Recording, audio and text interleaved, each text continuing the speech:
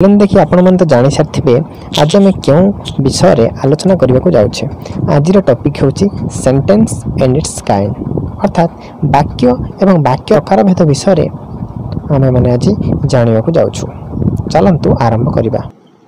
पूर्व क्लास रे आम पढ़ी कि अल्फाबेट कौन, वर्ड कौन, फ्रेज कौन एवं सेंटेंस कौन। आज सेंटेंस रो कैटेगरी उपरे विशेष ध्यान दबा। तेरे चलतु आरंभ करवा।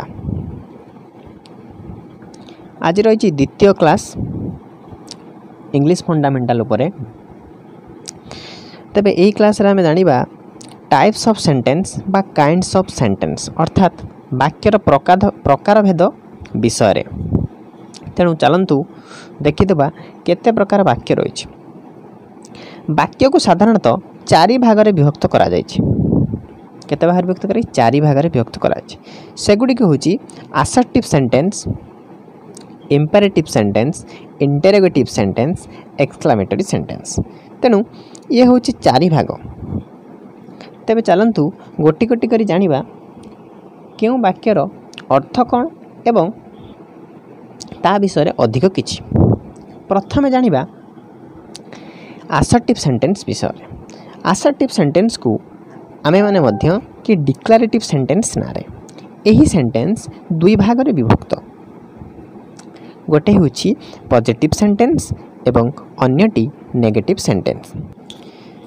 तबे आरंभ करबा डिक्लेरेटिव सेंटेंस रु बा असर्टिव सेंटेंस रु। डिक्लेरेटिव सेंटेंस दुई भाग रे विभक्त होइथाय। गोटे पॉजिटिव सेंटेंस बा पॉजिटिव सेंटेंस को अन्य नाम रे कहि परिबा अफर्मेटिव सेंटेंस एवं द्वितीयटी होछि नेगेटिव सेंटेंस। पॉजिटिव सेंटेंस रे कोन?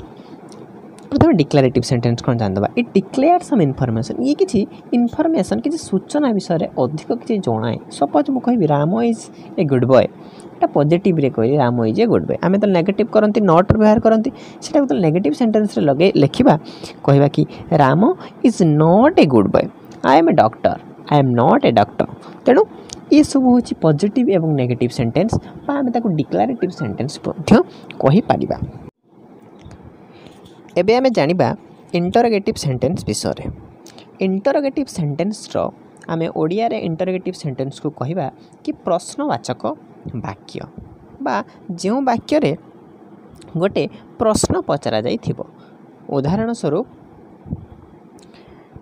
Who are you, how are you, what are you doing. तेणु ए वाक्य को जानिबा पई आमे प्रश्नवाचक चिन्ह रु ही ए वाक्य को आमे चिन्हि परिबा। ए वाक्य को चिन्हिबा सबुटु सहज। तेणु ए वाक्य पई आमे एतिकी धरि नबा जे वाक्य रे कोनोसी प्रश्न पचरा जाइथिबो एवं ए प्रश्नवाचक चिन्ह को देखि आमे जानि दबा कि एटा इंटरोगेटिव सेंटेंस बोली। तेणु एथिरे आ समय नष्ट न करी आमे जिबा ता परवर्ती कैटेगरी को जार ना होची इंपेरेटिव सेंटेंस। इंपेरेटिव सेंटेंस रो केतोटी लक्षण अछि। जेमिति एही सेंटेंस गुडी करे कौन थाए ना ये सेंटेंस गुडी साधारणतः एडवाइस, कमांड, रिक्वेस्ट किंबा सजेशन ए सेंटेंस माध्यम रे दिया जाए। सपोज मु मोर स्टूडेंट को कहबी मो लगी पानी आन। जदि मु ताको कहली please give me a glass of water for me, ताहले से बुझिबो कि सार मते रिक्वेस्ट कले कि गोटे ग्लास पानी आनिबा को। तेणु प्लीज रे व्यवहार करिछि। तेणु एटा रिक्वेस्ट रे जिवो। जदि मु ताको कहबी ऑर्डर रे कहबी ऑर्डर देबी close your book, shut the door, open your book, sit down, stand up, come here. ए प्रकार सेंटेंस रे ऑर्डर दिया हला। तेणु ए प्रकार सेंटेंस मध्ये इंपेरेटिव रे जाय। रेस्पेक्ट योर टीचर ये है एडवाइस रो उदाहरण। तेणु यही प्रकार सेंटेंस सब इंपेरेटिव सेंटेंस भितर जाए। एबे जानिबा केते गुडिए इंपोर्टेंट कथा इंपेरेटिव सेंटेंस बाबद रे। इंपेरेटिव सेंटेंस गुडी करे साधारणतः सब्जेक्ट यू थाए जोटा कि वाक्य रे लेखा ही न थाए। सपोज मु कहली come here means you come here, go there it means you go there. तेणु सेंटेंस रो आरंभ रे ही base form of the verb अर्थात वर्ब 1 बा present form of the verb व्यवहार हुए स्टार्टिंग रु। जेमती respect your teacher, sit down, open your book, open, sit, respect ये सब V1 फॉर्म रे अच्छी अर्थात प्रेजेंट फॉर्म रे अच्छी तेणु ए वाक्य गोटे कहींपर इम्पोर्टाट जहाँकि ये सब कथा न जानिले आमे इंपेरेटिव सेंटेंस को चिन्ह पारिबा नाही। तेबे चलंतु जानिबा परवर्ती कैटेगरी उपरे। परवर्ती अच्छी एक्सक्लामेटरी सेंटेंस। अच्छा एक्सक्लामेटरी सेंटेंस कौन? एक्सक्लामेटरी सेंटेंस साधारणतः वक्ता निजर इमोशन बा निज भितर कौन फील करुच्ची यही सेंटेंस माध्यम रे दर्शाए। सपोज मु कहिबी how beautiful the flower is.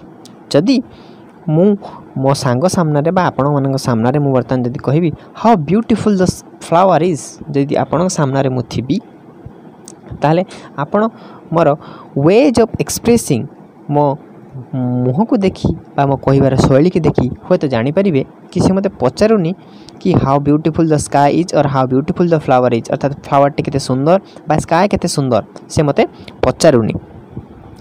से आश्चर्य है कि फूलर सौंदर्य को देखिकी आश्चर्य है कि कहूँ।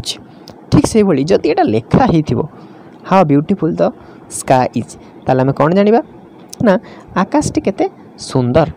सेठी जदि क्वेश्चन मार्क लगी आम जानीदबा कि जड़े ये पचरा जाइए आकाशटी केते सुंदर किंतु जदि एक्सक्लामेटरी मार्क लगी ताले हम जानिबा वक्ता जनक आकाशर सौंदर्य देखि आश्चर्य होइछि। तेणु यह आश्चर्य किंबा खुशी किंबा मन दुख किंबा मन भितर अनुभव करुवा जेकोसी इमोशन को यही वाक्य माध्यम दर्शाई पारिबा।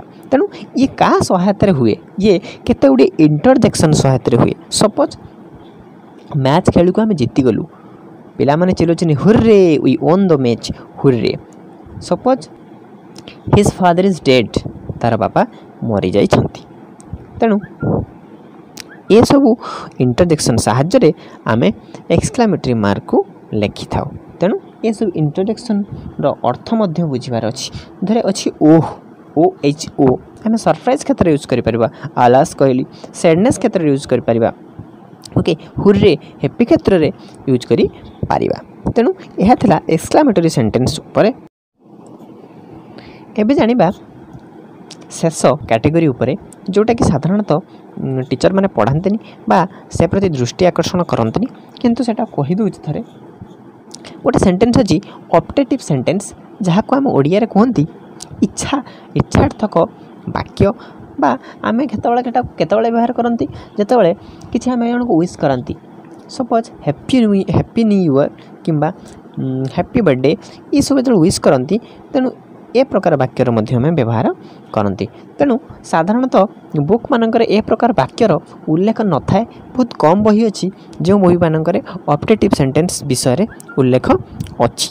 तेणु आज एतिकी जदि भिडियोटी आपण को भल लगी बा ए भिडियो आपण मानक आज किसी नुआ शिखा मिली तेबे चैनल टी को सब्सक्राइब करंतु भिडियोटी को लाइक करंतु एवं निजर सांग मानक सहित शेयर करंतु जहाद्वारा परवर्ती समय जितेबेले भी मुझे किसी वीडियो एमती अपलोड करी ता आपण पाखु नोटिफिकेशन चली एवं आपण मैंने भिडियोटी को देखिपारे। धन्यवाद।